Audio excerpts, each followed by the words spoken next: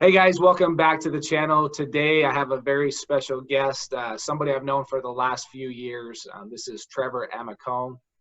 He is was a former coach at Dixie State, which is a Division II college in St. George, Utah.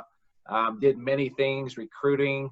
He's a hitting coach, all types of different things here, and is now in his first year of coaching with the Yankees. So congratulations on that. Thank I you. want to have Trevor give us some background, more in detail on who you are. You come from a very, what we call, you said, infamous family in Utah. So you can talk. Maybe we start with your parents, who they are, and we're going to talk about because you kind of specialize, you could say, on the hitting side of things. We're going to dive into some mental toughness, what that means. Does it really mean what we think it means? And things like that. So Trevor, I want to welcome you onto the channel here. Thank you. Thanks for having me. I appreciate it. Absolutely.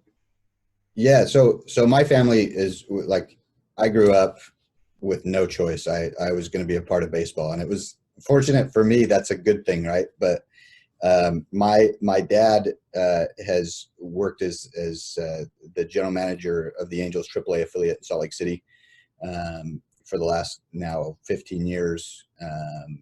My mom is a Division I head softball coach at Weber State right now. She was the head softball. She actually started the softball program at BYU.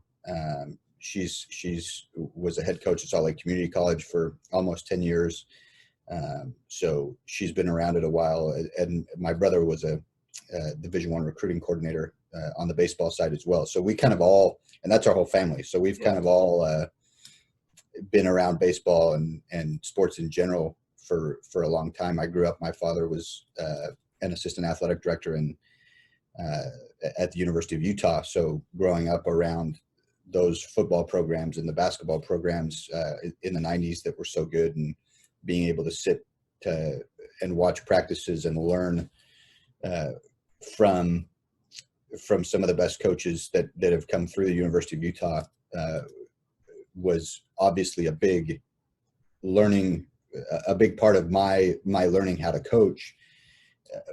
But honestly, learning from both of my parents has probably been the most beneficial in terms of how I've learned the game of baseball, but also how I've learned the toughness side. In fact, my mom was actually my high school baseball coach when I was a high school baseball player at Jordan High School.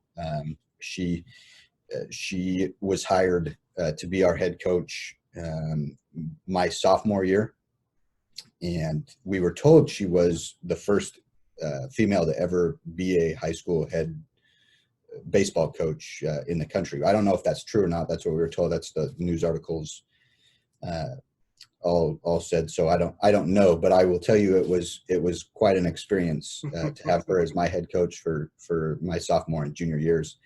But that's kind of my background. That's our family. That's where a lot of what I've learned has come from, with all the influences that I've had in my life. Both of my parents are probably the two biggest teachers of the game, and mental toughness and all those things that I've been fortunate enough to have.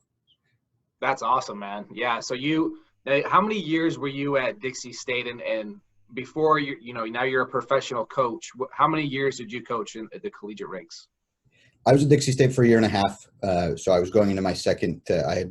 When I got hired with the Yankees, I had been through a year and then a fall with Dixie State. Before that, I was a high school head coach with some professional clients, working with them privately, but coached at all levels now.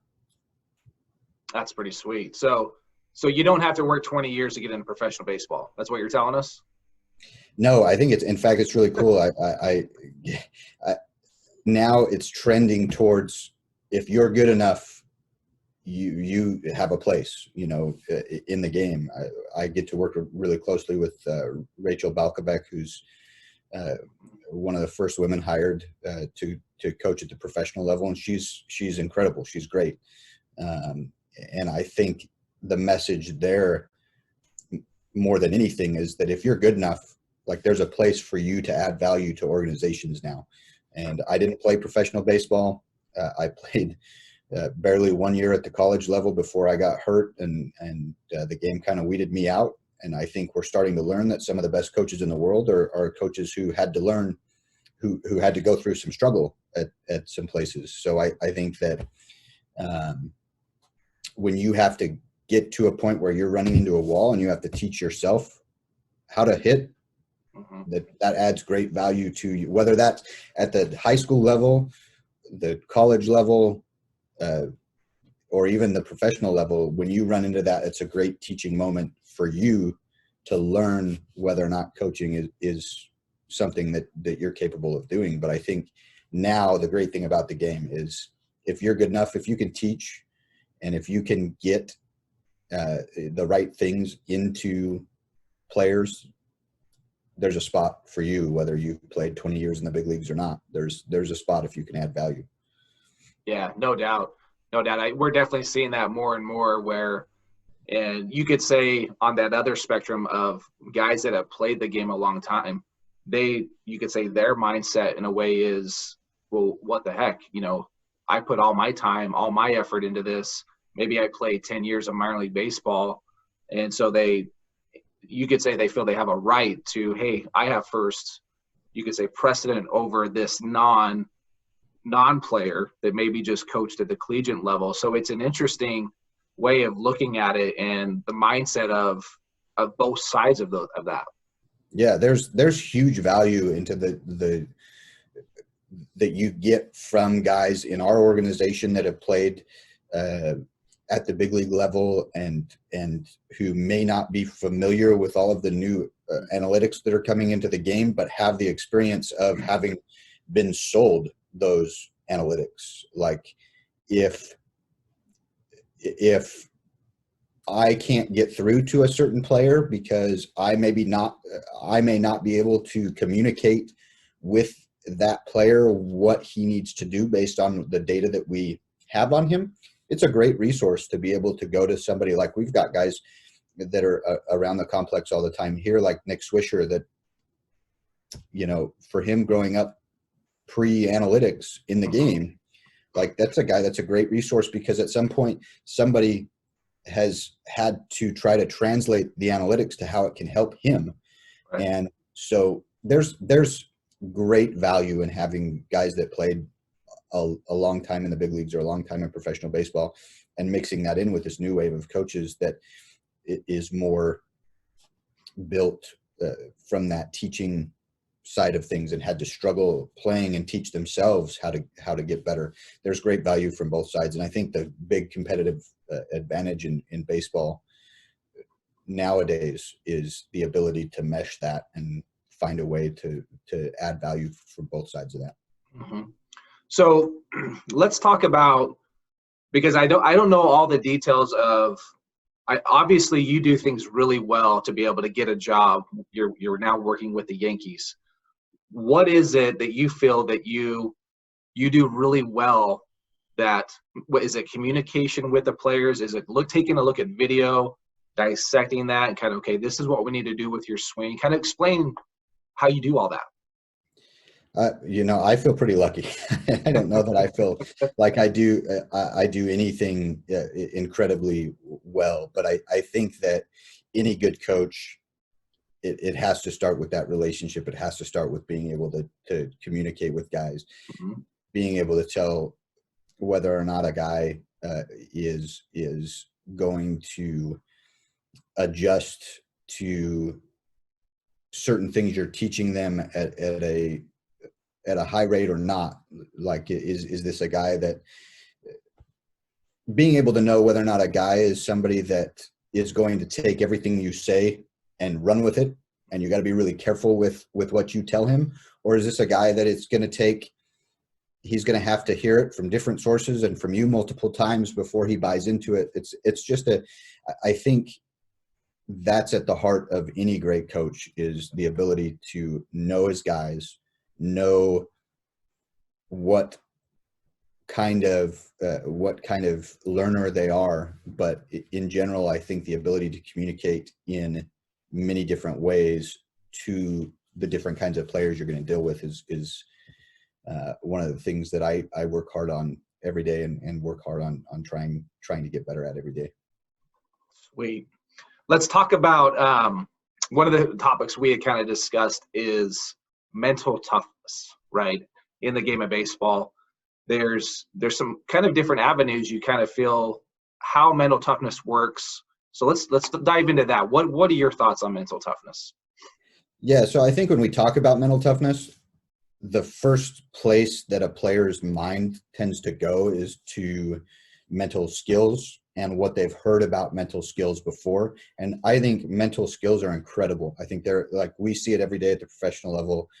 I've seen countless stories of guys being taught specific skills to help them mentally and emotionally. And we're talking about, releases and being able to grab dirt and let go of and throw it behind them, to let go of past at bats or past failures, focal points, all of those different things that, that we learned way back in the day from the original Heads Up Baseball with Ken Ravizza. It's like, that's the first place that kids' minds tend to go.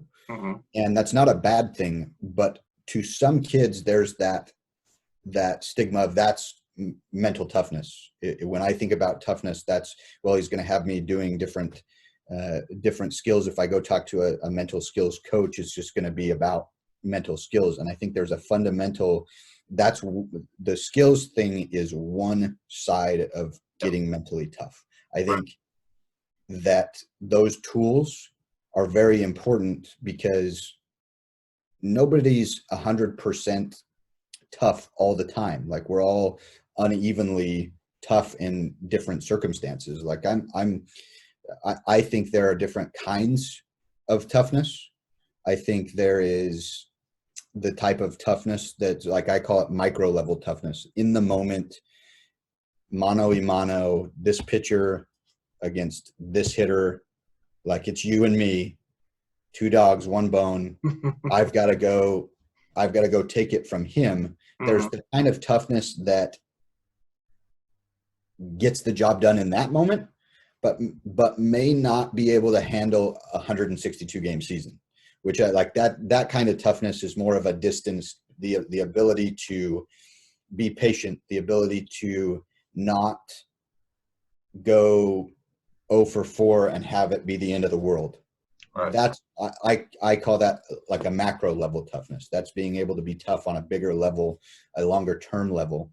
That I think when we think toughness, that's where our minds tend to go, is to that micro level toughness of grit your teeth, dig in. If I can just flex harder than this guy, that's what toughness is. So does that not work in baseball? I think there are micro situations where it can work. I think that situation of like a 2-strike situation where you've got to grit up and be a little bit more micro oriented. You have a little bit more of a micro mindset of, I got to get this job done. Or like the situation that guys run into all the time of just winning an at bat. I got to run at third with less than 2 outs and the infield back. Like, I got to get this job done in a 1-2 run game to help my team.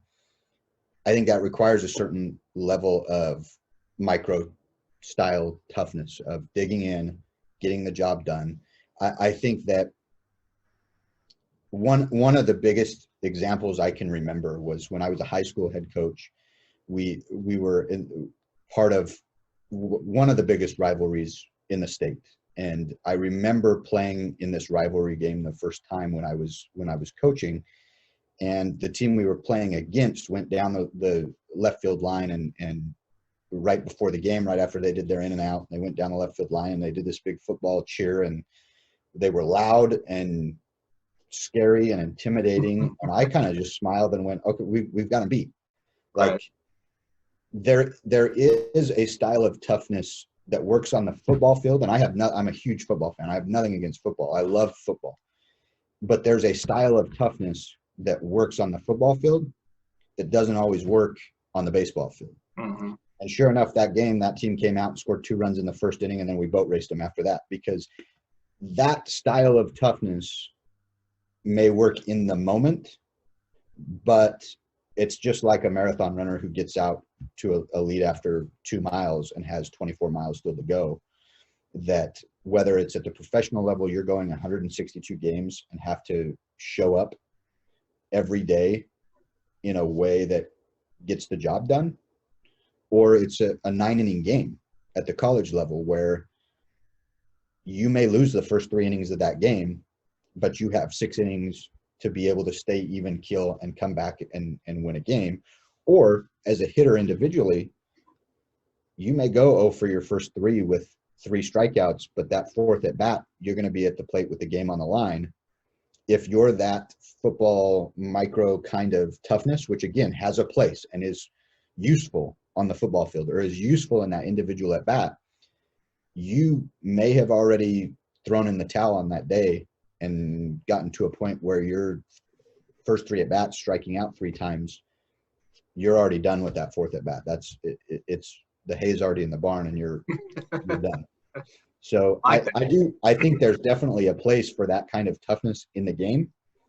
I think that the kind of toughness that's needed more so and in a higher level scenario is that macro level toughness, that flexibility, adaptability, the ability to fail and not let it impact your ultimate trajectory and not let it impact your identity. That's awesome, man. So you're talking about being able, and when you fail, like, I got to get rid of this as quickly as possible. Like, it's not going to affect. I talk a lot about being neutral. Yes. However you react to that situation, being neutral. Now, it doesn't mean you're not pissed or you're upset, right, but something within your mind, just you're able to let that go as quickly as possible, because you got to get right back on the field. You still have a job to do, whether that's, whether you're a pitcher, catcher, outfielder, whatever the case may be, you still have a job to go out and help your defense to try to get back and hit as quickly as possible. Yeah. I mean, it's another story that I think is a great example of this is we had a player at the college level who really struggled the first weekend of the season, the first 3 games of the season. We went and played on the road, and he went 0 for with a bunch of strikeouts that first weekend. And the biggest struggle with guys that struggle at the first part of the season is that it feels like, whether it's you're looking at your batting average, which I do not suggest doing. It's not even something anybody looks at anymore at this level, at the college level. We're not even looking at it. So if you want to be mentally weak, look at your batting average, one way or another. But when you struggle that first weekend, it feels like it takes forever to get back over the hump.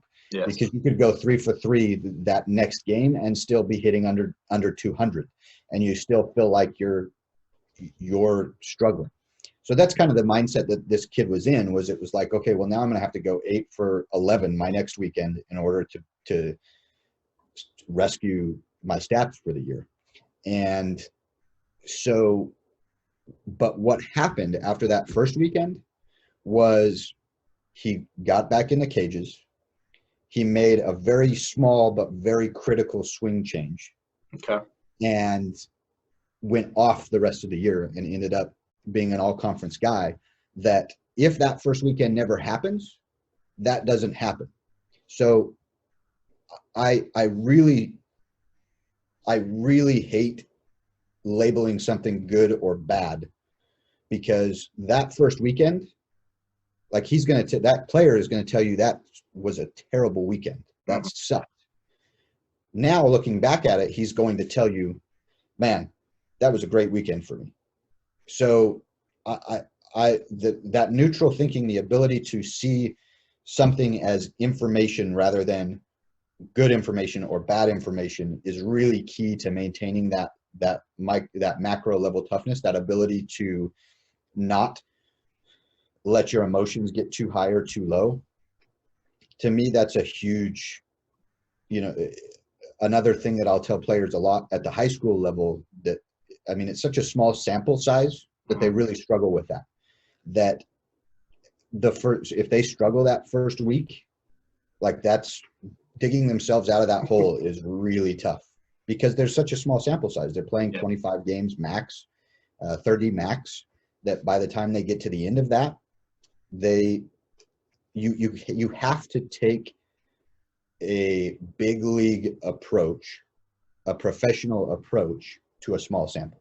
So it's almost like you have to take a large sample size approach to a small sample size, meaning you've almost got to act as if you're playing 162 games rather than 22 games, because that's the type of approach that gets you better results in 22 games than the approach of riding the ups and downs with every 0 for 4 and every 4 for 4.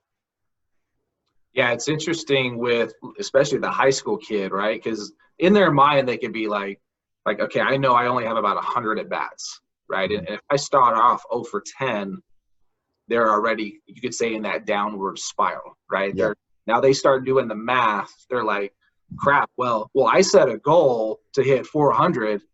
I better get my stuff in gear, right? Before, and now you start doing things at the plate, trying to do too much. So I'd go back to don't set goals for batting average, right? Like you said, average, it doesn't mean much. You know, it maybe paints a picture of what you might be able to do, but you know, as a scout, like it's not really. I don't care really what the guy is hitting. When I go watch a kid play, how productive are his at bats? You know, what is he when he hits the ball? Hopefully he's hitting it and he's not swinging and missing often. But if he's making contact, what kind of contact's being made? Is he barreling up the ball? Is he using the field?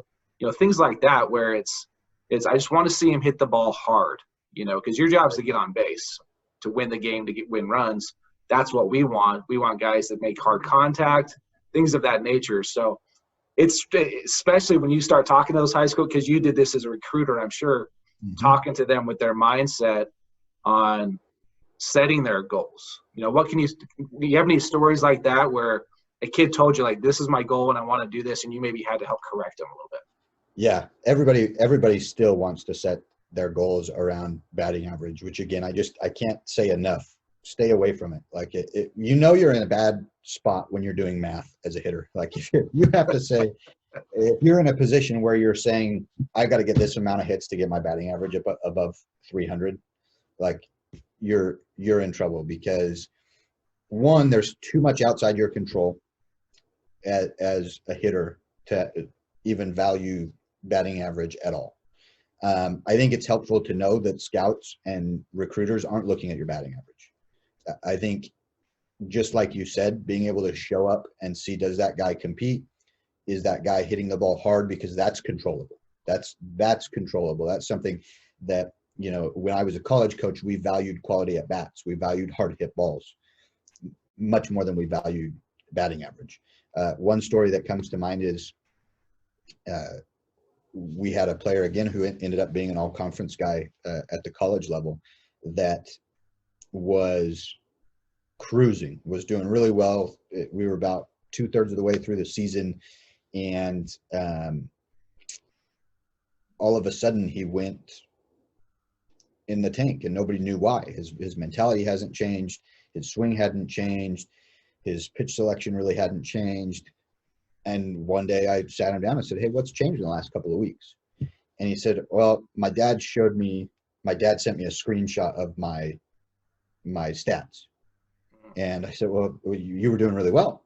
He said, yeah, the stats were really good. It's like I had to maintain that now. And every time I struck out or I got out, I knew what that was doing to my batting average. I knew that what that was doing to my slugging percentage. And it's so valuable to think about what you can control and set goals around what you can control. And I think that quality at bats, I think even breaking it down further than that, I've had players that high school or college players that we talk all the time about, hey, like you hit pitches below the belt really well. Like you win the at bat if you get your swing off at a pitch in the strike zone below the belt. Whether you strike out in that at bat or whether you hit a bomb in that at bat, like if you get your swing off at a pitch below the belt in the strike zone, you won the at-bat. You're 1 for 1. Think about it that way. So getting to what you can control and setting goals around that, and you know, those, I strongly encourage players to set those types of goals and then keep track of them. Like, you may go 0 for 4 in a game, but 3 for 4 based on what you can control. I got my swing off, and maybe I didn't. Hitting's really hard. There's a lot of things left up to chance in hitting. You may get your swing off on a pitch in the area of the strike zone where you drive the ball the most and still get out. But you did everything within your control. You won that at bat. And if you take that approach to future at bats, you're going to win more at bats. The batting average, the slugging percentage, all of those things are going to take care of themselves when you control what you can control. And then one more point I wanted to make in regards to your question and what you were talking about, scouting players, recruiting players. One thing I really had to be careful recruiting with was trying to, and this is again where it goes to like that definition of toughness and what toughness is. I think with that misconception of like, you have to play like Dustin Pedroia to be really tough. You have to look like Pedroia to be really tough. Right. Or you have to end every game with dirt all over your uniform, looking like that kind of guy, that Derek Jeter or Dustin Pedroia type of guy. That guy may not be any tougher. Like, if you're assigning that kind of emotion or that kind of attribute to a kid because of the way he plays the game. I've coached kids before that play very even keeled, and a scout or a recruiter will come up to me after the game and say, yeah, that guy doesn't seem like he plays tough though. Like, is he a tough kid? He just kind of, right. there's no emotion there. There's no, well, yeah, he's being very even keel because he feels all of those emotions. Mm-hmm. He feels every one of those, but he's really good. And this gets to where the skill side of mental skills are very important, is he just does a really good job of releasing those emotions and staying even keel and not showing any of that frustration. He's really frustrated, trust me, because I hear about it in the dugout, but he doesn't show that. And how much, like, that guy's a significant amount tougher than the guy that is out there yelling and screaming every time he doesn't get the result he wants. And again, that you also have to balance that out with, there are plenty of guys that play with emotion that aren't necessarily mentally weak because they're out there showing their emotions either.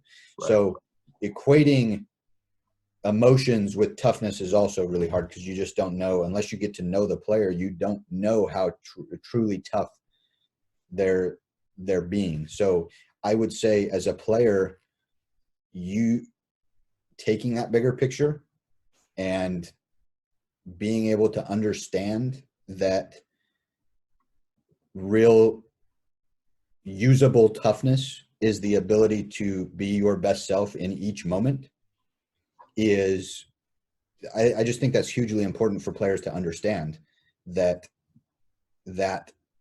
bulldog type, like dirty nose to the grindstone type player isn't necessarily the only kind of way to be really tough.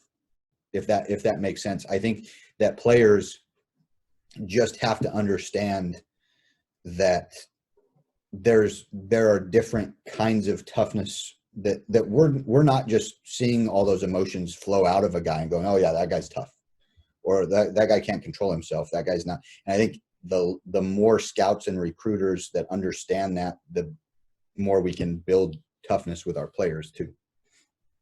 You know, it's interesting. One thing I see, and tell me if you agree with this, that, and this is more in particular with the high school age kid, right? They're the freshman, sophomore, all the way to senior.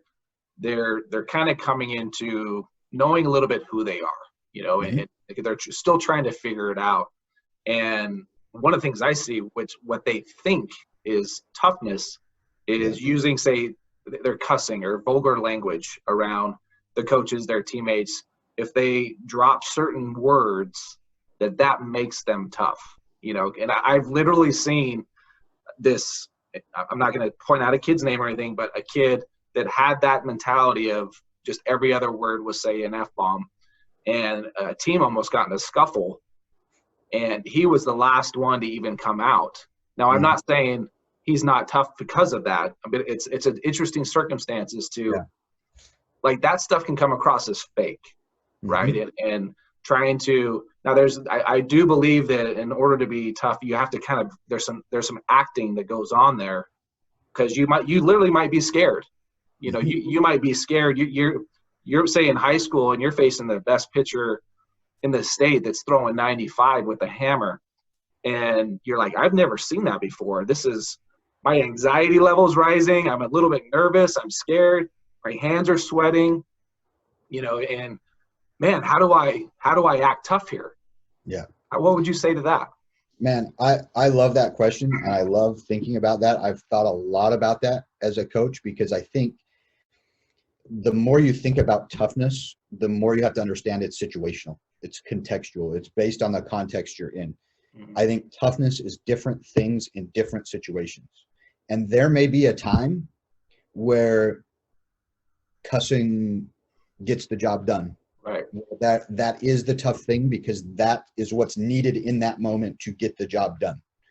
And more often than not, what gets the job done is staying poised and staying composed and staying calm. And that's being talked about a lot right now, is that, like, calm is contagious. To me as a coach, I'm always thinking about what's needed in this circumstance. What is the tough thing to do right here? And does my team need me to get angry here? Then I'm going to use my anger to get the job done, to get my team to be tough. But does my team in this moment need me to be calm, need me to be cool and collected and maybe make a joke? Then that's the tough thing to do, right? Like, and that's what being tough is. So we talk about toughness, and the idea in our mind that we get is that guy that's, you know, cussing all the time or is always yelling or screaming. And I think truly tough people are the people that are able to take a step back and use either their emotions or their words or their thoughts or their mentality from that distanced perspective to get the job done, depending on the different contexts they're in. To me, that's what true toughness is. Like, if you are able to have enough, you know, it's talked about a lot now, that moment between the stimulus and your response to it. If you are able to have enough of a gap between that stimulus and your response to that stimulus, so a really tough moment in a game and your response to that, whether it's showing emotion or not, that difference, that time that allows you to make a decision of how you're going to show up in that moment, like, that's toughness to me. Is if you can utilize your emotions, if you can utilize your words, if you can utilize your actions and behaviors in a way that makes your team tougher as a coach, or your team as a leader, the guys around you tougher, or yourself tougher. You said, like, there's some fake it till you make it moments in baseball a lot, that being tough in that moment is being a little bit of an actor, is making your body tell your mind that you're tougher than you actually are. That's the tough thing to do in that moment. So yeah, I don't think you can talk about toughness without understanding that it's different things in different moments, in different contexts. And there are some times where being tough is being loud, is maybe using your anger and emotion to gear up the guys around you. And then there are other times where being tough is being cool and collected, and that Bill Belichick type mentality. Stone face, right? Yeah. There's the time where the stone face Bill Belichick approach is better than the Nick Saban Urban Meyer type in your face, very emotional using. But I don't think that's the thing, is I don't think Nick Saban or Urban Meyer are ever in a situation where they're not making the decision, the conscious decision to use that emotion to make their team tougher. And because there's plenty of times where they are calm and stone-faced. And I think that's what toughness is knowing what the situation calls for and the ability to be what that situation calls for. No doubt. When you kind of put yourself in a coach's shoes, right? And I talk to players about this a lot. Like, just try putting yourself in a coach's shoes, and you have your own team. Let's say you're coaching a little league team, right? And you got your 9 players, maybe a couple pitchers. Like how do you want your team to perform? Do you want them to be tough? Do you want them to be soft? So start thinking about those things where, like you said, in these certain situations, I'm going to have some form of toughness at all times. Meaning I'm going to go out and give my best. I'm going to do the things I need to do to perform, get myself in a position to field, get myself in a position to hit, take care of everything I need to from a pitcher standpoint, doing my bullpens, all these kind of intricacies of the game. But it's just interesting how that also can ebb and flow with God, because you go back to, I'm kind of not performing very well. I kind of feel like garbage, so how would you say in regards to like confidence, and you don't really feel good, say at the plate as an example, what do you do when you don't feel good at the plate? Yeah, that's the question, right? That's $1 million question. I think that one of my biggest pet peeves is hearing about, hearing that look good, feel good, play good. Like if you need to feel good to play good, you're not going to play well very often. Like you're just not, because especially the higher you go in the game of baseball, you're going to be banged up. You're never going to feel 100%. Like past the first weekend, you're never going to feel 100%. There's always going to be something nagging. There's always going to be something going on. One of the biggest things that high school players don't understand about the college level is truly the emotional load that schoolwork. Yes. And whether you're getting good grades or not, the stress of not getting good grades weighs on you a lot more than people, I think, understand sometimes. So I think that if you have to feel good to play good, you're not going to play good very often. Right. And if you have to look good to play good, most of us are in trouble. So I just think relying on your feelings is not a tough thing. Relying on how you feel is not a tough thing. So I think that my advice to somebody that doesn't feel 100% or doesn't feel confident is one, fake it till you make it. Is there are times where you have to act more confident than you are, and that's a tough thing to do. But again, that's what makes it toughness. It's not always easy, but making that decision is what makes you tough. I also think that again, one of the things I go back to a lot is we don't rise to the level, we don't rise to the occasion, right? And this is a Navy SEALs term. We don't rise to the occasion, we sink to the level of our training. Right. And so getting yourself to a point where your worst day is better than most worst days, is better than everybody else's worst day around you. That's what's going to make you better prepared for those moments when you don't feel good, is you're going to sink to the level of your preparation. You're going to sink to that. What's my worst?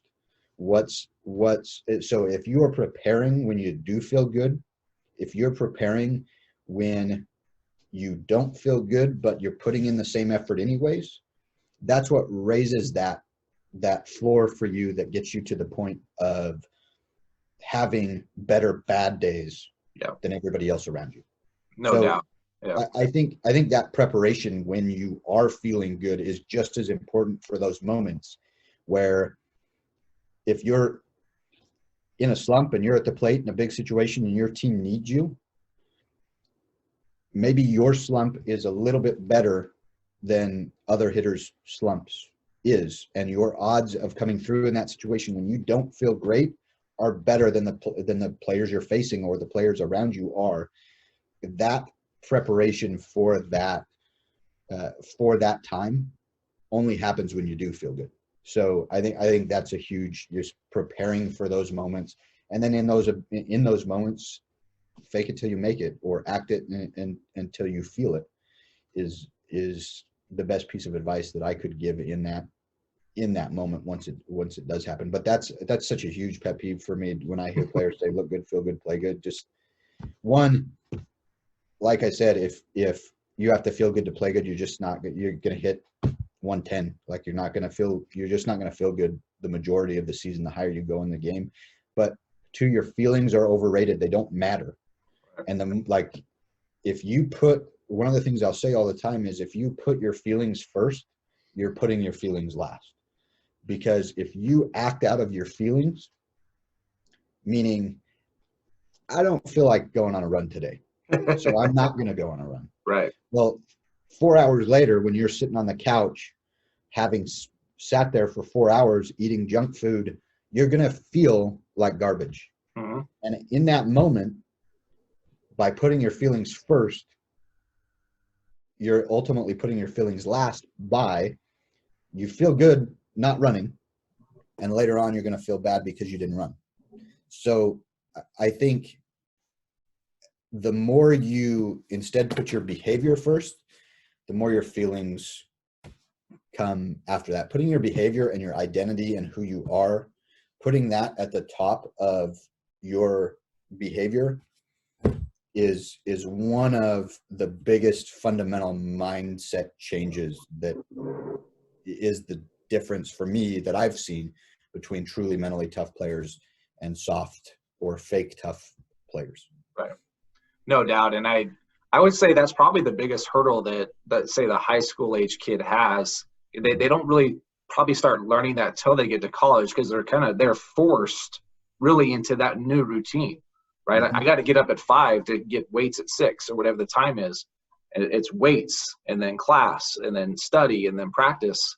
And they're forced in that routine where trying to work on a way to start their behavior, start acting in regards to, I need to start doing this at a younger age, because and to start teaching these kids, like, hey, it's not about how you feel, because like you said, I don't feel like going to the cage every day. I don't feel like going to the gym or doing my exercises or whatever my normal routine is. It doesn't show up every day. What I feel like eating a large pizza with some chicken wings. That's what I feel like doing, right? Mm-hmm. So it's learning how to discipline yourself to, whether it's creating new habits, creating new routines, and things like that. Yeah, because your habits are going to be what kick in on your worst days. When you don't feel good, your habits are going to be what kick in. So if you've built your habits to be good habits rather than bad ones, that's who you're going to be really good on your bad days. Mm-hmm. And to me, like there is an example, one of the examples that I use when talking about, like, one of the most powerful things a coach has ever told me is, your feelings are not my priority. Right. And ultimately they are, as a coach, they are our priority.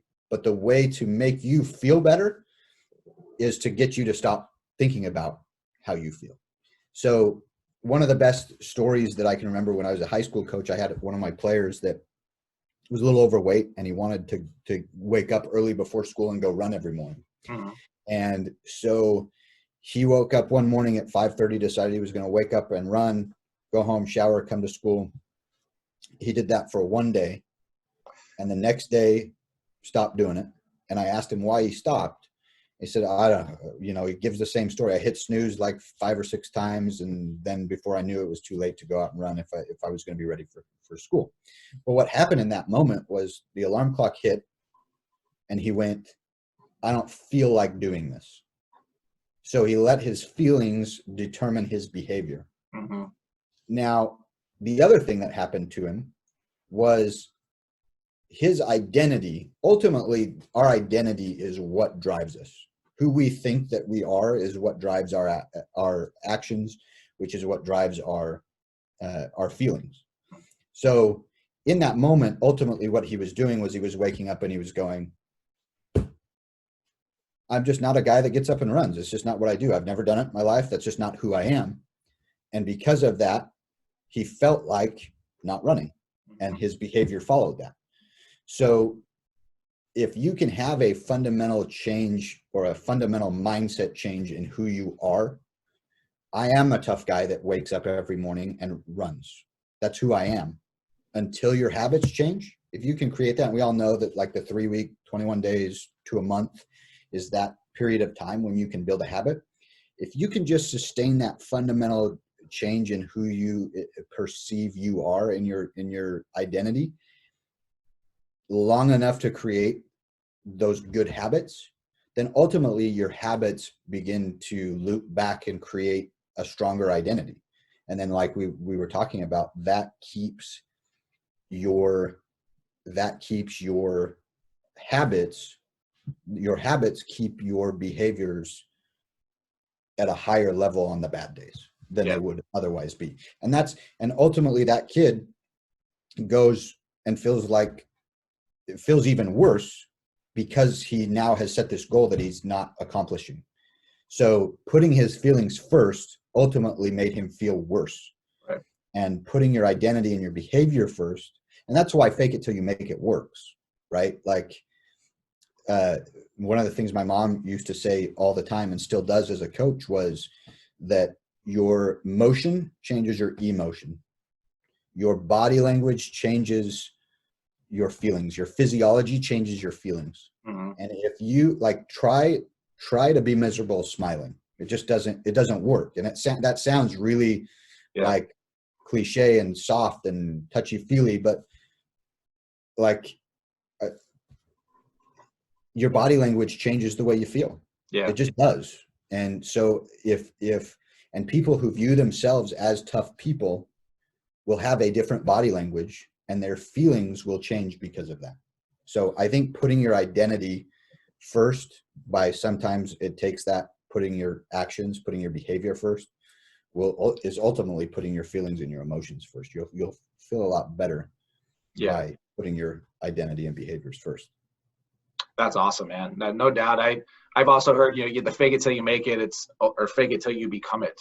I've heard that as well, where, and that's why I think it's so important that again, back to the high school kid, that age group is they're trying to figure out who they are, and they have influences from their environment, right? What's going on around them, whether it's their parents, their teachers, their teammates, coaches, and they kind of morph into this type of person, and without really taking a step back and like, is that really who I want to be? So it's interesting how that's kind of all put together. But yeah, no, I've even heard of, acting changes everything, back to, I think it was Jake Arrieta that would write that underneath the brim of his hat, where, again, I feel like garbage. Imagine a major league pitcher, all the starts and all the grind that they put on their body. Mm-hmm. There is no way they feel great every single day. It's impossible. I was an outfielder, a position player. If I felt 100%, it was extremely rare, So it's, again, diving and working on your behaviors and just really following what your actions are going to be. And with the young kids that are, I think in particular, say the overweight kid that is trying to lose weight, they probably got that way. I think they rely too much on their genes, it's because of my genes. I'm like, well, no, let's look at your behaviors. Like, look at your actions. And you're already telling yourself you're not keeping your word to yourself, because you gave up in one day. You just gave up. So that kind of goes back to the toughness of just going out. And maybe that in that example, that kid that I'm going to run 2 miles, like, well, maybe it's not 2 miles. Maybe you start and you run for just 5 minutes, and then you start building this tolerance up. And again, that baseline, like you're talking about, that worst day, 5 minutes, all of a sudden, well, that's easy to do. Now I can do 15, 20, 30 minutes, and you build the confidence, and you do confidence that way with your acting. Yeah. And this is the other thing I'll say is, like, the reality is we get to go out and play a game every day, right? Like, when we talk about feeling good and still being able to perform well when we don't feel good, Like the reality is the real world is going to hit you at some point where you're going to be a dad or a spouse, or, you know, you're going to be a boyfriend, and you're not going to feel like taking care of your kid. You're going to be exhausted. You're going to have you're going to be going on 4 hours of sleep because your newborn is crying and keeping you up all night, and you still have to show up to work the next day. Your boss doesn't call you and say, hey, how well did your newborn baby sleep last night? Okay, you know, come in a little bit later. Life requires the same out of everybody. And so that ability to show up on the worst days at a high level is really preparing you for the realities you'll hit in real life. When, you know, there's gonna be some stuff that happens to you over the course of your life. You're gonna lose people close to you. You're gonna get laid off. I mean, look at right now what's going on with the coronavirus. People are losing their jobs with something that's completely outside of their control, and life is not going to say to them, oh, okay, well, you lost your job. Now, you know, survival will lower the requirements of survival for you just a little bit, because now you're having a rough go of it. Like, it doesn't work that way. Real life requires the same out of all of us. And the ability to show up when you don't feel like showing up at a higher level is life. That's life. Being able to show up when you don't feel good and to go out and play good when you don't feel good is the most valuable thing that you can learn, in my opinion, from the game of baseball, because it mimics life so perfectly in terms of how brutally tough it is, how much failure is involved, and how much it teaches you that ability to respond when things outside of your control happen to you, that ultimately allow you to have the strength to show up when you don't feel like showing up. That's awesome. I think another kind of on that point, and a lesson is learned there of, no matter what you're at your workplace or your school, is don't complain about it. Right? Because again, we're all in the same boat. We all have things to accomplish. We're all in our own little worlds. We're all in our own minds about what's happening to us. And when we start complaining and criticizing different aspects of that, and you do it around people, that kind of brings off this energy, right? That every time I'm around that person, all they do is complain, and you know that person. Anyone who's listening to this knows that person, and that becomes toxic, right? It's that energy that they're exuding, and you just don't want to be around it. So and that's probably more the awareness of going in your daily life and in your routines of, I got a job to do. I'm going to do my routines. I'm going to do what I need to do, and I'm going to do it, you know, in a positive manner, and try to not bring any negativity to the table.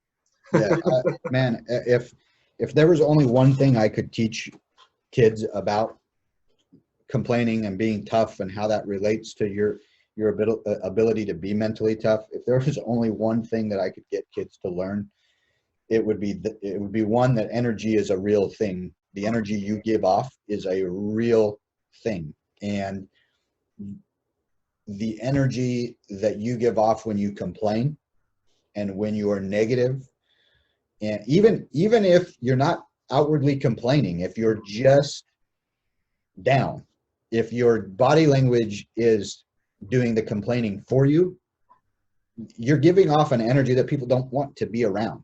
Mm-hmm. And the people that do want to be around that, you don't want to be around.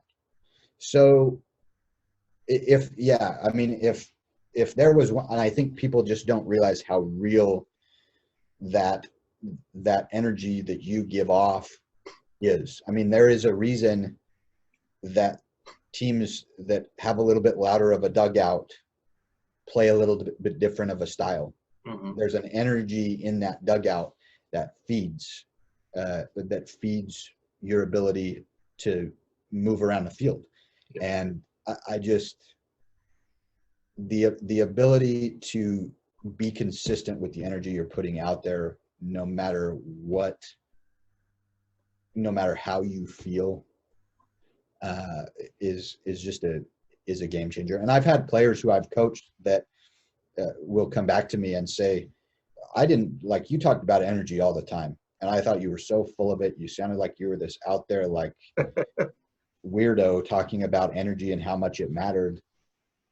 And now that I've lived through college, and I've lived through getting a job, and I've lived through trying to get through the industry that I want to be in, and starting a family, I can now see how true that was.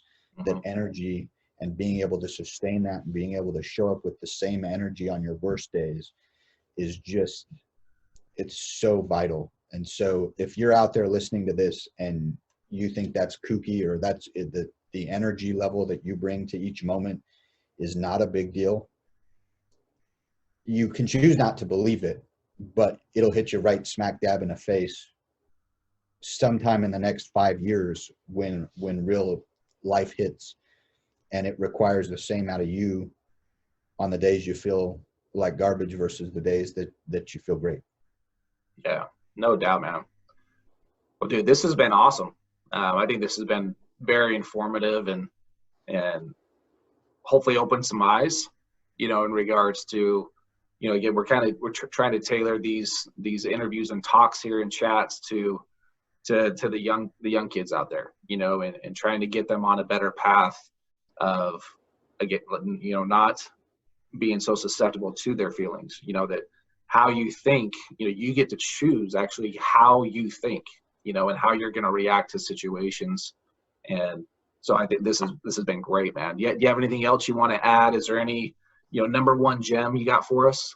No, I think we've this has been fun. I've appreciated it. It's been a fun opportunity to I could talk about toughness for days. I think that anybody who does not think what you just said, that you can choose the way you think, you can choose the way you act and behave, you're wrong. If you believe that, you're probably swallowed up in your feelings or in bad habits that you can change. And learning that is just something that the mental skills and the mental toughness that you learn through the game of baseball, it's just too valuable. It's too valuable not to spend money on any opportunity to get better with your mental skills, or to learn about the toughness in a little bit new light, or mindset in a little bit new light. It's just that's ultimately what you're going to be using 10, 15, 20, 30 years from now. And you could play baseball at the highest level, and the longest you'll play is 40, 45 years old. That's if everything goes right and you're playing in the big leagues and you have a Hall of Fame 20-year career, you're done at 45 and you have more than half your life left. Hopefully you've got more than half your life left, where the lessons you've learned in the game of baseball will be the only thing that's left in your life of the game of baseball. And if you don't learn that mental toughness that the game teaches, and that mental skills coaches like Chad teach you, you've wasted your career. And that's, again, if you've played a 20-year big league career and end up in the Hall of Fame, you've wasted your career if you have not left baseball tougher than you entered it. That's awesome, man. I noticed you started to put some things online, like in your Instagram, things like that. You pouring out more of your awesome wisdom to us. Is there a certain place where people can follow you and continue to learn from you? Yeah, Twitter is probably the place where I'm most active, just at Trevor Amicone. It's really original, I know, but that's my handle on Twitter. I think that I have my own website that I don't make any money off of. Every once in a while I'll spit out some thoughts or some book recommendations, podcast recommendations, which is just trevoramicone.com. Okay. so that might be the place to go. But that's, I mean, it's Twitter is where I'm most active. Awesome. So you're in your first year as we start to wrap up the chat here, but what are your personal goals now that you're with the Yankees? What do you have goals that are a year, 2 years, 5 out from now? What do you want to do with the Yankees?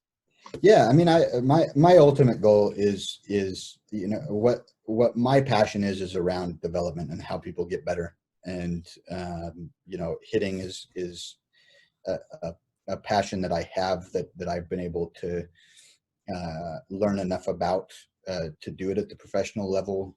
I think ultimately I want to make an impact on an organization that wins a World Series, and you know, I'm really fortunate enough to be in an organization that's won a lot of them. And I think that I don't really have an end goal. I've gotten to a place in my life where I'm pretty happy with a wide swath of things, titles, jobs that I could be doing. But as long as I'm making an impact, you know, I've always wanted to be a farm director or a big league hitting coach. It's kind of come down to that, and those are things that I strive for ultimately. But I'm in a place where I can be pretty happy as long as I'm making an impact and helping guys get better every day. That really is what feeds me on a daily basis. That's awesome, man. I really appreciate, again, taking the time. I thought this was an amazing chat with you, and a lot of insight, a lot of wisdom from a guy that's been around for a while doing some things. So, Trevor, I want to thank you for coming on board here, and make sure you guys reach out to him if he has any questions for you guys. So, again, thanks, Trevor, and we will see you guys. Take care. Thanks, Chad. I appreciate it. Okay, we'll see you, man. Have a good one. Thanks. Hey guys, hope you enjoyed this message. And what we want to do is just let you know that there is a personal development course that I've developed and I've created. It's going to be at mentaledge.training. What I do is I have a video per week that you can look at. All that information is on the site. There's more videos, more information to look at. But what we want to do is help build your student athletes, yourself. You might be a parent watching this video, but just help them with your kid and develop their self-image and help imprint a lot of good positive messages to them. So take a look at that at mentaledge.training. Again, thanks for coming to the channel, watching the video. We'll see you later. Take care.